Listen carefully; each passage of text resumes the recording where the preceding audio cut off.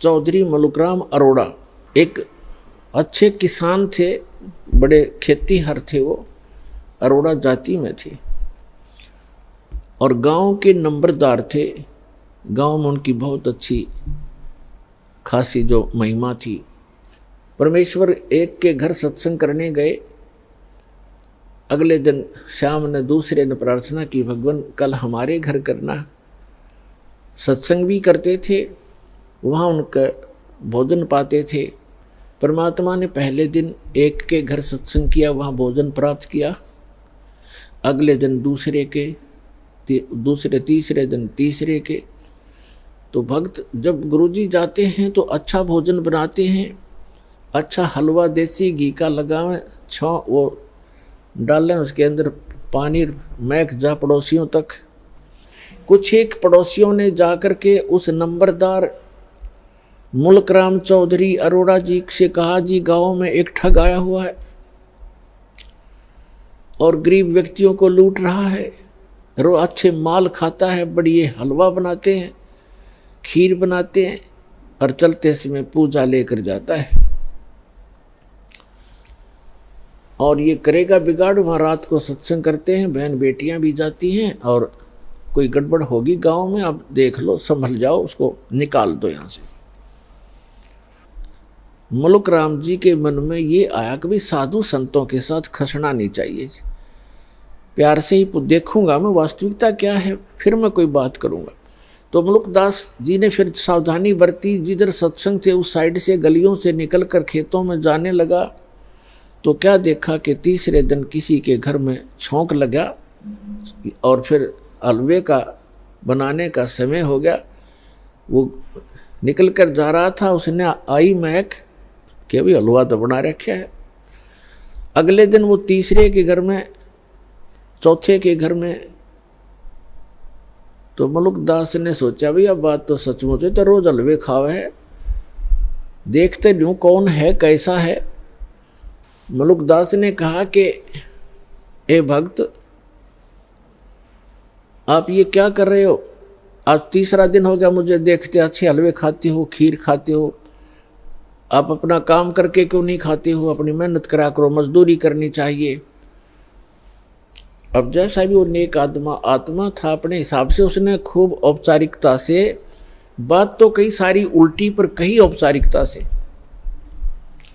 तब परमात्मा ने कहा, देखो भक्त, देखो चौधरी साहब, मुझे तो भगवान बगैर किए ही दे रहा है, खूब खीर खाता हूँ, हलवे खाता हूँ, परमात्मा के गुण गाता हूँ। यदि सभी लोग, सभी संसार भगवान की भक्ति करे जैसे मैं कर रहा हूँ तो सभी को हलवे रोज ही मिल जाए। आप भी प्राप्त कर सकते हो खीर और हलवे। मुल्कदास को ये बात जची नहीं, तो वो कहने लगा कि क्या तेरा भगवान मुझे खिला देगा बैठे को? परमात्मा बोले कि आप विश्वास करोगे तो अवश्य खिला देगा। तो मुल्कदास ने कहा कि आज यदि आपके भगवान ने मुझे खाना खिला दिया शाम तक, मैं खाली पेट आया हूँ घर से भी, तो मैं आपका चेला बन जाऊंगा शिष्य। और यदि आपके भगवान ने आज शाम तक मुझे बगैर कुछ किए खाना नहीं खिलाया तो तुझे मैं अपने खेतों में मजदूर बनाऊंगा। है मंजूर? कबीर साहब बोले मंजूर है मुझे। ठीक है।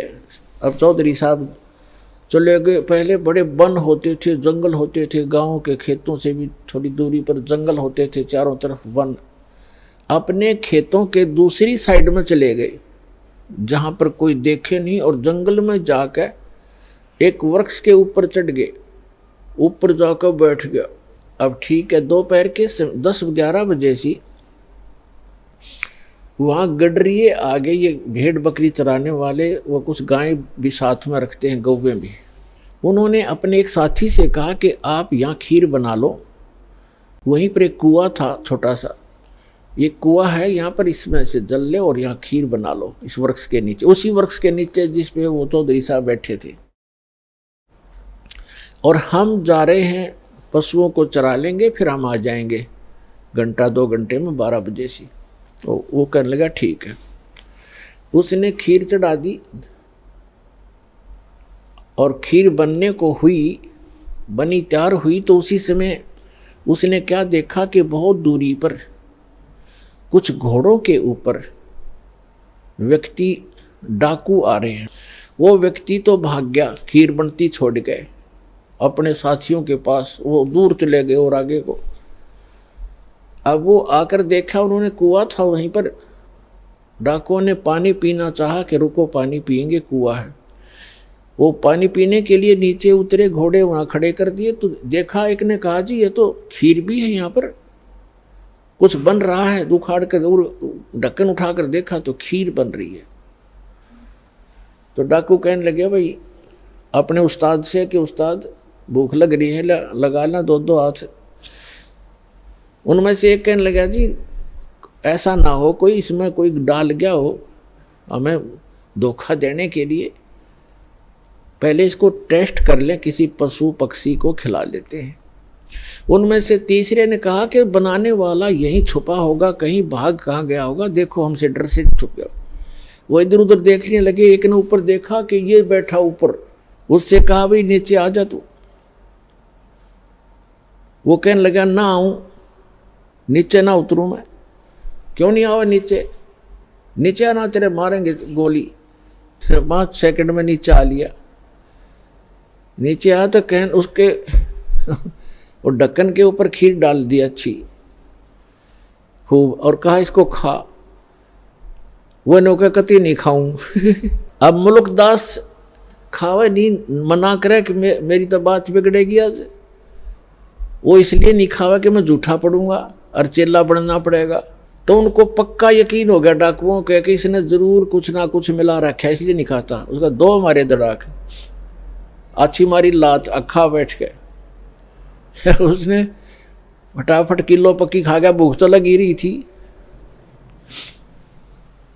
और खाने के बाद उसको काट बैठ आध घंटे, अगर मरेगा तो मर लेगा यूं। अब उसने जिस समय वो कहा कि हम डाकू हैं या तो खा लेना तेरा बकल तार देंगे, तो उसको ये पता लगा तो डाकू हैं। तो अंदर से प्रार्थना की है गुरुजी मुझे बचा ले, मेरी जीवन रक्षा कर दे, मैं आपका चेला बनूंगा।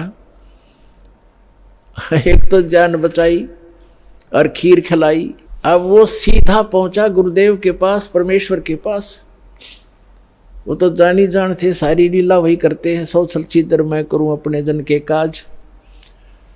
अब जो ही मुल्कदास चौधरी आया, परमात्मा बैठे आसन पर नीचे लगा रखा। परमात्मा ने पूछा क्यों चौधरी साहब, भगवान ने करी कुछ सेवा तेरी? ने बोला जी तेरा भगवान तो मर मर खीर खिलावा है। आपका परमात्मा तो मर मर खीर खिलाता है और मेरी जान बचा दी दाता आपने ना। उनका केज लगे 1 मिनट में कर दो काम मेरा। आपको मैंने याद किया, सारी कथा बताई। परमात्मा बोले बेटा यह भी आपके ऊपर एक रहम किया है परमेश्वर ने कि जिस कारण से आपको एक अनमोल रत्न और मिलेगा। खीर तो खिलाई सो खिलाई, ये धन मिल गया। फिर उसको क्योंकि विश्वास जल्दी नहीं होता, अब तो परमात्मा ने ऐसा ज्ञान दे दिया बच्चों, बालक बालक भी समझ सकते हैं कबीर इज गॉड।